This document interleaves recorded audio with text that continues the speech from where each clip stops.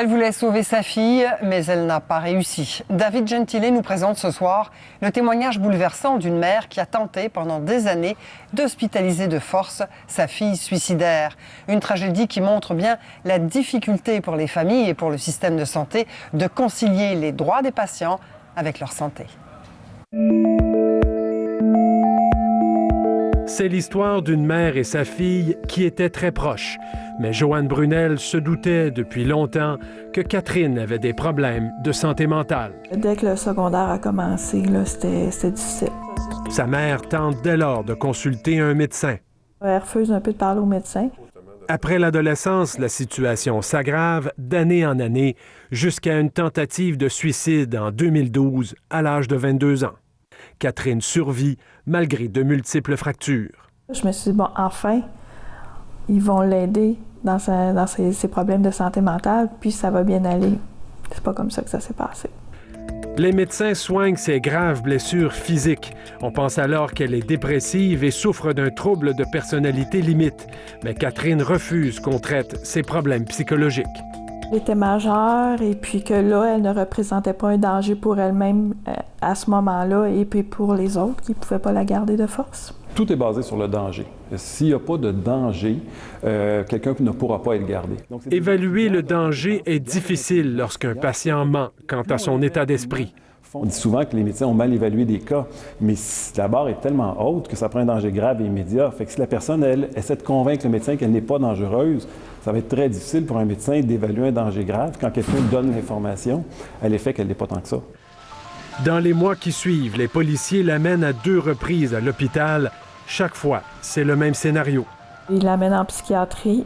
Elle a été là 24 heures. Puis le lendemain, ils l'ont laissée sortir parce qu'elle ne présentait plus de...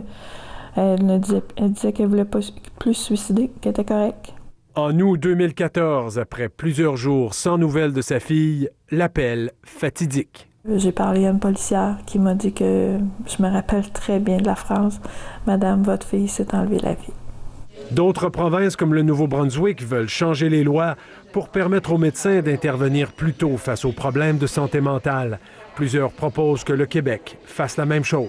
On pourrait peut-être penser à une notion qui élargirait un peu pour permettre un peu de prévention. En ce moment, on attend que les gens soient dangereux.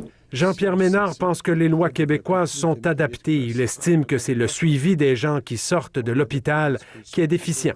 En santé mentale, c'est un immense problème parce que trop souvent, le seul service qui existe dans la communauté, c'est d'appeler la police pour amener la personne à l'hôpital.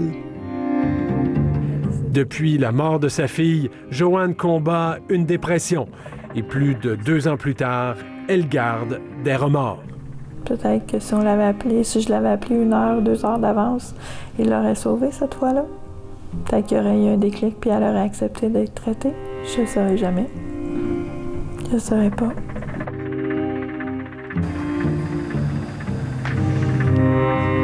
Je pense qu'on peut dire, David, sans se tromper, qu'il y a plusieurs parents, plusieurs proches qui vivent des situations difficiles comme ça. Est-ce que Québec est prêt à revoir les critères d'hospitalisation des gens qui sont en détresse psychologique? Écoutez, avant Noël, le ministre de la Santé a dit qu'il était prêt, ouvert à l'idée de modifier la loi pour qu'on puisse hospitaliser une personne contre son gré, même si elle ne présente pas de danger immédiat, ce qui est vraiment le critère clé à l'heure actuelle. M. Barrette attend les conclusions d'un comité de travail qui planche sur une révision de cette loi-là depuis 2011. Il devrait recevoir ce rapport-là d'ici quelques semaines. Il y a déjà, on doit le dire, des provinces comme l'Ontario et le Nouveau-Brunswick qui veulent et qui vont faciliter le traitement des gens qui ont des problèmes de santé mentale. Reste que, de manière générale, il y a bien des gens comme Maître Jean-Pierre Ménard qui pensent que la loi actuelle est tout à fait normale, qu'elle est adéquate, mais que le vrai problème reste le manque de ressources en santé mentale. David Gentile, merci beaucoup. Bonne soirée. Au revoir.